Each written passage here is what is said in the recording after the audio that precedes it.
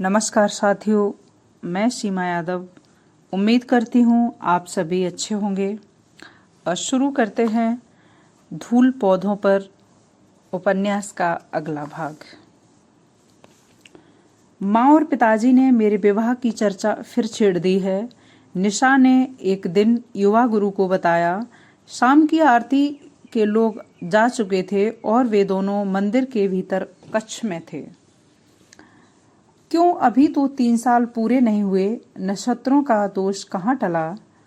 उन्होंने किसी और शास्त्री को मेरी कुंडली दिखाई है। उसने बताया है कि कोई दोष कभी था ही नहीं।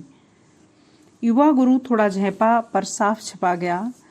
दृष्टि भेद होता है, पर तुम्हें कैसे मालूम कि वे विवाह की कोशिश कर रहे हैं। कल मुझे कुछ फोटो दिखाकर पसंद करने को कहा था। पसंद आया कोई? युवा गुरु ने कुटिल मुस्कान के साथ पूछा।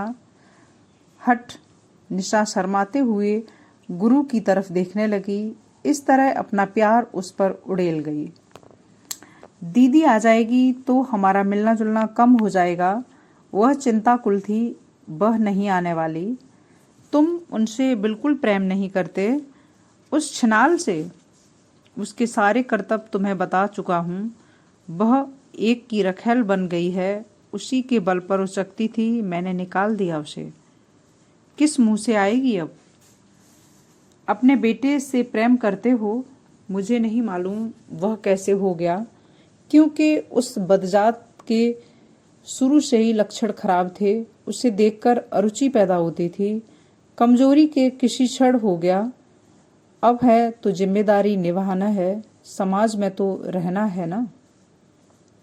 मुझसे सचमुच प्रेम करते हो?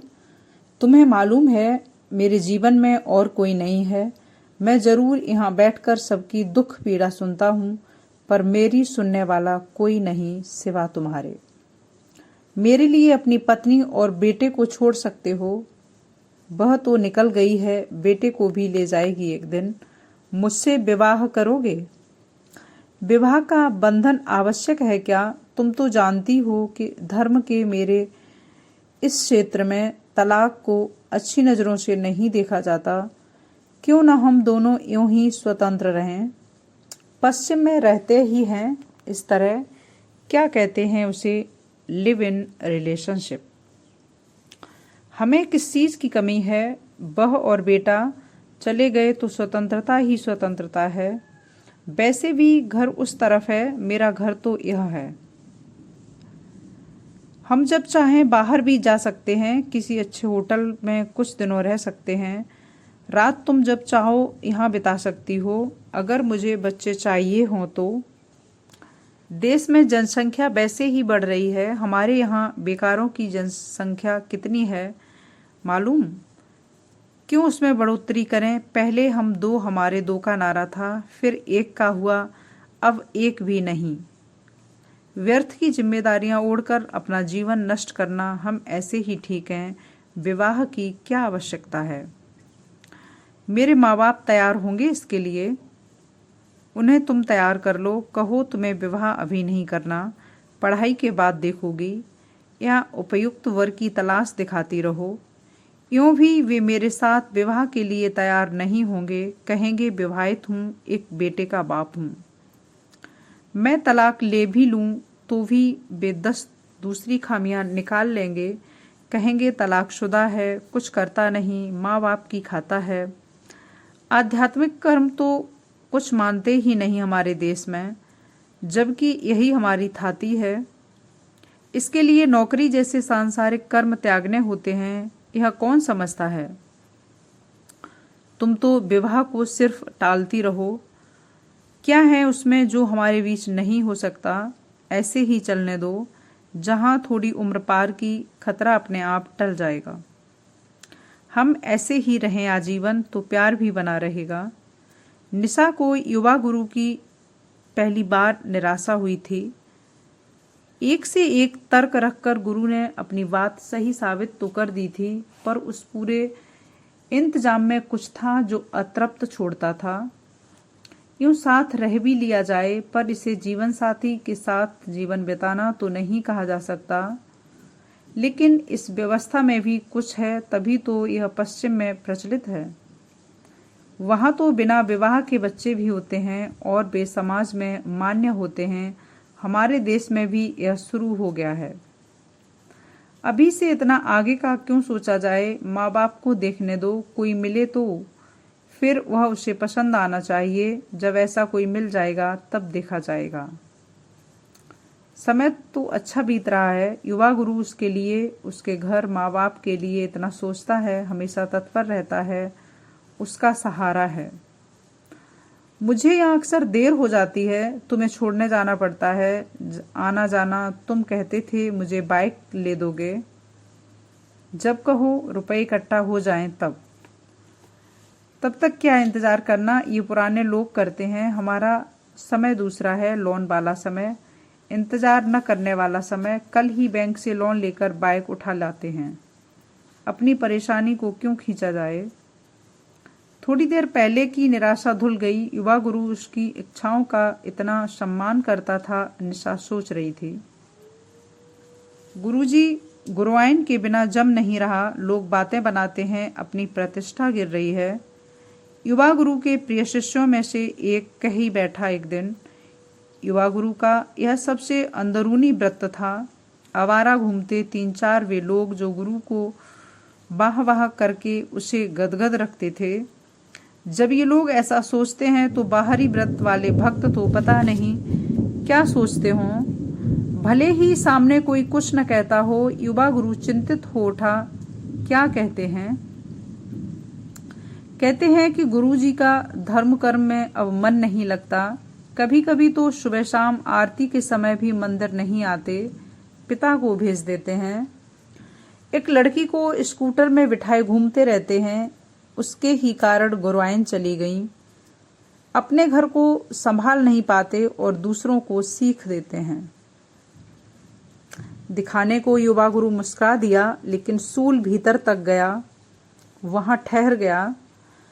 जो यह सोचते हैं कि निशा के कारण पत्नी चली गई, वे और भी न जाने क्या क्या सोचते होंगे। जरूर निशा और उस पर नजर रखे हुए हैं। कौन जाने ये शिष्यगण ही बाहर बात फैलाते हों।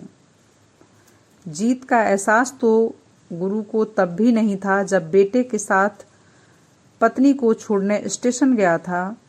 तब खुद को समझाता रहा कि मानवीयता का तकाजा है कि उसे रेल पर चढ़ाए। स्त्री है, पहली बार बाहर जा रही है।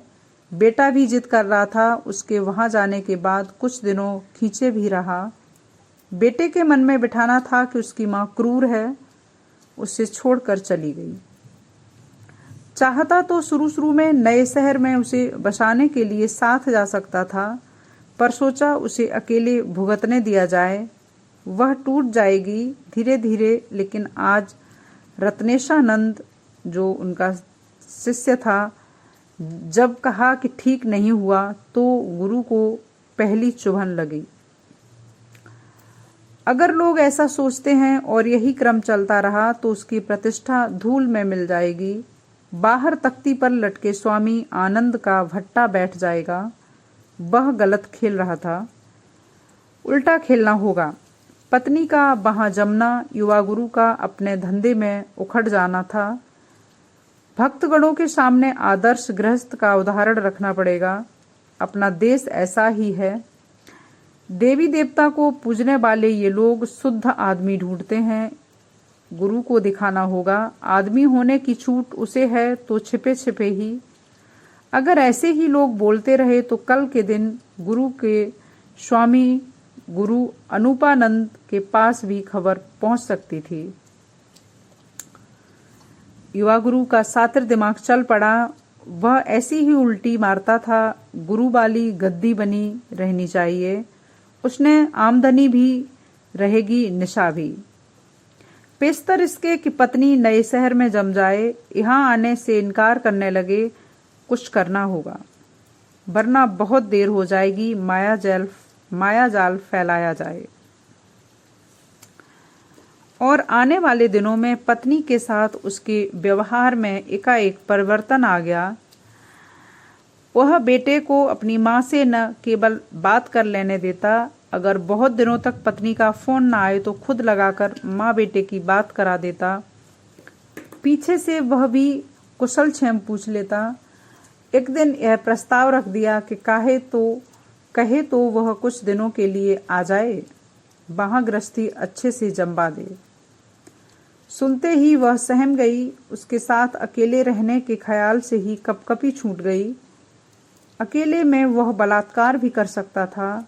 उससे कुछ काम करा बैठी तो एहसान जताते जताते वह पता नहीं क्या मांग बैठे, क्या कर बैठे। यहाँ स्कूल के लोगों से मिलता जुलता क्या खुरापात शुरू कर दे। उसने साफ मना कर दिया।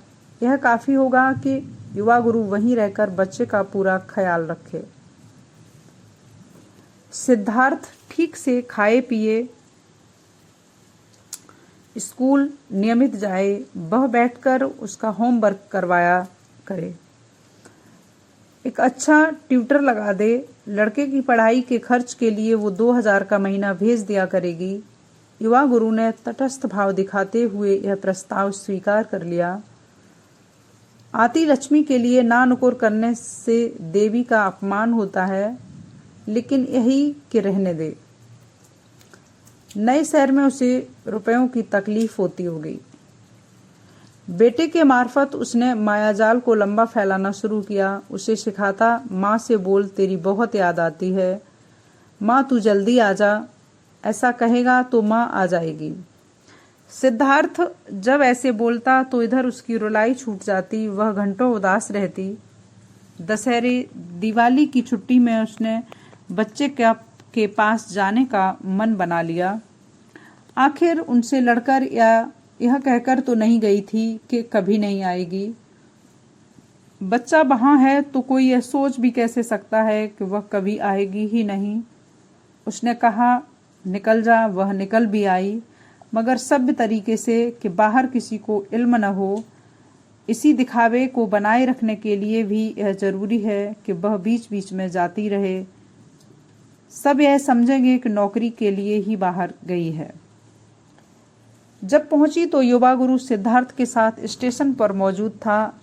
पुष्प गुच्छ लिए इधर से उधर दौड़ता हुआ डिब्बों में उसे खोजता।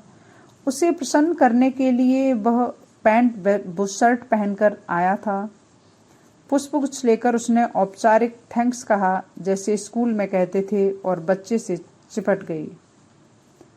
घर पहुंचकर सबसे पहले उसने सिद्धार्थ की डायरी मंगाकर देखी। हैरान रह गई कि पिछले टेस्ट में वह हिंदी को छोड़कर बाकी सभी विषयों में फेल था। क्लास टीचर भी भर्त्सना दर्ज कर रही थी। यह भी कि लड़के की स्कूल में उपस्थिति ठीक नहीं है। क्या स्कूल रोज नहीं जाता था? उसने लड़के से सबके सामने पूछा, जैसे कि वह सवाल सबसे था। सिद्धार्थ चुप रहा। युवा गुरु ही बोला, जाता क्यों नहीं था? तेरे जाने के बाद इसकी तबीयत कुछ दिन ही खराब रहने लगी थी। जिस दिन कहता तबीयत ठीक नहीं है, मैं जाने पर जोर नहीं देता था। स्कूल में और बिगड़ जाए तो ये क्यों नहीं कहते कि इसके साथ आप अपनी छुट्टी का इंतजाम कर लेते थे। न भेजने जाना न लाने, ट्यूशन जाता था। पिछले महीने छूटा, मैं जब लेकर जाता वह मैडम मिलती ही नहीं थी। मैंने छुड़ा दिया, दूसरा ट्यूटर ढूंढ रहा हूँ। आप एक बार भी ट्यूटर मैडम से मिले? उसे फोन किया। टीचर अधिकतर गैर जिम्मेदार नहीं होते। ये वे टीचर नहीं हैं, वे हैं जिन्हें कोई काम नहीं तो ट्यूशन करने लगे। तो फिर कोई अच्छा ढूंढ लेते, दिन भर तो इधर उधर डोलते रहते हो। ढूंढ रहा हूँ, मिल जाएगा। सास ससुर एक किनारे बैठ तमाशा देख रहे थे। उनके लिए अपने इकलौते बेटे की इच्छा सर्वोपरि थी। वह खुश रहे तो वे तृप्त थे। अगली पीढ़ी से उन्हें यूं भी मतलब नहीं था, क्योंकि तब तक वे गुजर जाने वाले थे।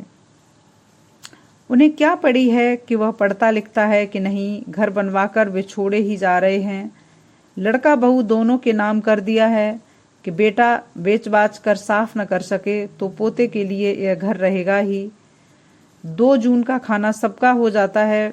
ससुर चुप रहे। सास जरूर उधर मुंह करके धीमे से भुनभुनाई, पढ़कर जैसे बड़ा लाट साहब बन जाएगा।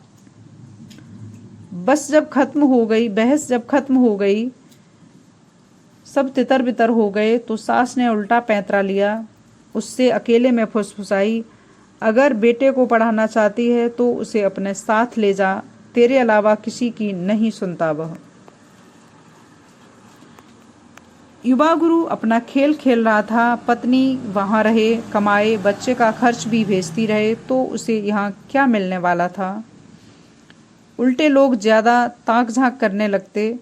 वहां वह ऐश करेगी अकेले, वहां यहाँ गुरु पर 10 तरह के प्रतिबंध।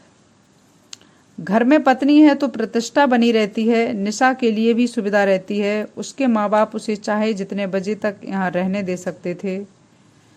पत्नी मंदिर की तरफ वैसे भी नहीं जाती। प्रेम प्रकाश को लेकर उसके मन में खोट है तो किस मुंह से रुकेगी। दिखाने के लिए पत्नी वह निशा असली बनी रहेगी। हर बड़ा आदमी दो रखता है। वह यहाँ रहेगी तो घर का कामकाज भी देखेगी, खाना बनाएगी, लड़के को संभालेगी। वह निश्चिंत होकर अपने कामों में लगा रह सकेगा। वह बाहर जम गई तो हाथ से गई। उसे अकेले रहने, स्वतंत्र रहने की लत पड़ जाएगी। खून का स्वाद लग जाएगा। वहां का सिलसिला बिथेड़कर उसे यहाँ ले आया जाए। बाहर जब जब वह सिलसिला बिठाए, लंका दहन कर दिया जाए। युवा गुरु बाहर से तटस्थ बना रहा, उसकी हाँ में हाँ मिलाता रहा। जैसा वह कहे, बच्चे के भविष्य का सवाल है वगैरह। वह सख्त भी बोलती तो झेल लेता, सीधा बन जाता। वह सिद्धार्थ को वहां कैसे ले जाए। नौकरी पक्की नहीं, तनख्वाह इतनी नहीं कि दोनों का बोझ उठा सके। घर के नाम पर एक कमरा किराए का, फिर आदमी न होने से इंतजाम का सारा बोझ खुद पर। पग पग पर सहारा लेना राहुल सर का या किसी और पुरुष का। सिद्धार्थ को भी ले जाएगी तो अपने स्कूल में नहीं डालेगी। वहां अभी सभी कुरेद कर उससे छिपी बातें उगलवाएंगे। पिता कहाँ, यहाँ क्यों नहीं आया, क्या करते हैं। इसकी पढ़ाई का जो हाल है, अगले कुछ महीनों में उसका बाजा बज चुका होगा। नए शहर के किसी अच्छे स्कूल में दाखिला भी हो सकेगा। हो भी गया तो उन बड़े स्कूल के बीच क्या यह मानसिक रूप से टूट नहीं जाएगा। मनोवैज्ञानिक समस्या खड़ी हो जाएगी। चली थी उसका भविष्य बनाने और उसे अपंग बना बैठेगी। उसके जीवन से भी हाथ धो बैठेगी। वह बहुत आगे तक सोच गई थी। आज के लिए बस इतना ही। धन्यवाद।